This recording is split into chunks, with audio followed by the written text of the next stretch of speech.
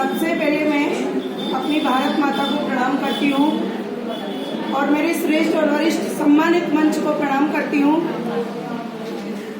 और कहते हैं कि हजारों फूलों से एक माला बनती है, हजारों बूंदों से समुद्र बनता है और एक नारी ही काफी है घर को स्वर्ग बनाने के लिए। तो मेरी ऐसी स्वर्ग बनाने वाली बहनों को सभी को तहे दिल से प्रणाम करती हूँ और आशा करती हूँ कि नारी शक्ति इतनी जागृत हो जाए कि हम घर को तो स्वर्ग बना ही रहे हैं, लेकिन इस टोंक को स्वर्ग बनाते हुए पूरे राजस्थान को स्वर्ग बनाए। इस तरह का मन में संकल्प हमारे आना चाहिए। हम देख रहे हैं कि किस तरह से हमारा राजस्थान पिछले 5 सालों में पीड़ित हुआ है। किसी से छिपा हुआ नहीं है, वो ये कहानियां किसी को बताने की जरूरत नहीं है, कहने की जरूरत नहीं है। यदि आपको वोट करना है तो आपकी अपनी सुरक्षा के लिए करना है, पूरी महिला जाति की सुरक्षा के लिए करना है, पूरी हमारी बालिकाओं के लिए करना है। यदि आपको वोट करना है तो हमारे बच्चों की जीवन की रक्षा के लिए करना है, जिनका भविष्य खराब हो गया है, जिनका भविष्य उजड़ गया है।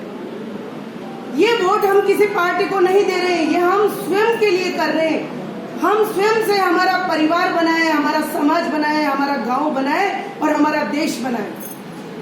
जब हम स्वयं सुधरते हैं तो हमारे घर परिवार से लेकर पूरा देश सुधर जाता है। तो मेरी बहनों, आज हमें जरूरत है कि किस तरह से हम देश की दिशा और दशा बदले। हम देख रहे हैं कि पायलट साहब हमारे यहाँ दोबारा आए हैं टोंक में। मैं आप सब माता बहनों से कहना चाहूंगी कि ये भूल जाओ कि पायलट साहब ने ये बड़ी गलती की है कि वो इस बार टोंक में आए, लेकिन आने वाले समय में कभी टोंक का नाम भी नहीं ले। हमारी नारी शक्ति ऐसा रास्ता दिखा दे कि कभी वो आने के लिए सोचेगी नहीं। 5 साल में विधायक बन के उन्होंने क्या किया? जब हम सरकार चुनते हैं, विधायक चुनते हैं, कोई भी हम जनप्रतिनिधि चुनते हैं, तो एक वोट हम उनको देते हैं, बदले में 5 साल उनके लेते हैं। 5 साल हम उनसे उम्मीद करते हैं कि हमारे देश की, हमारे नगर की, हमारे ग्राम पंचायत की, हमारे शहर की कैसी दिशा है और कैसा दशा हो रही है, ये सब उन पे निर्भर करता है। क्या किसी के पास पायलट साहब का नंबर है? क्या किसी के पास पायलट साहब का पता है? अरे जिसका पता नहीं वो क्या हमारा रखवाला होगा? जिसका कोई रखवाला नहीं वो क्या हमारा रखवाला होगा?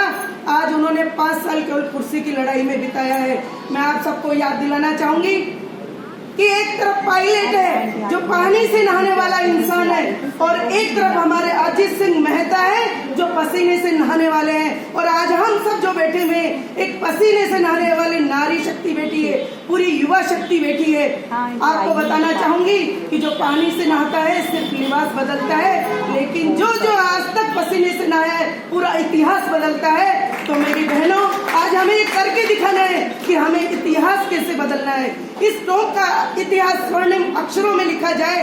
मैं आपको बताना चाहूंगी कि हम एक साधारण चुनाव नहीं लड़ रहे हैं, एक हॉट सीट है ये, एक पायलट साहब के सामने हमारे लिए चुनौती है और उस चुनौती को हमने स्वीकारा है। लेकिन स्वीकारा है तो उसका अंजाम भी हम पूरी इस जनता को बता के रहेंगे कि किस तरह से पायलट को हम हरा के उनका नीचा मुंह करके और भेजते हैं। क्योंकि हमें चाहिए सेवा, हमें चाहिए। हम एक वोट के लिए हम मेहता साहब को खरीद रहे हैं 5 साल के लिए, मान लिया वो विधायक बन के ही नहीं आएंगे। यदि हॉट सीट पे आज वो भारी बहुमत से जीतते हैं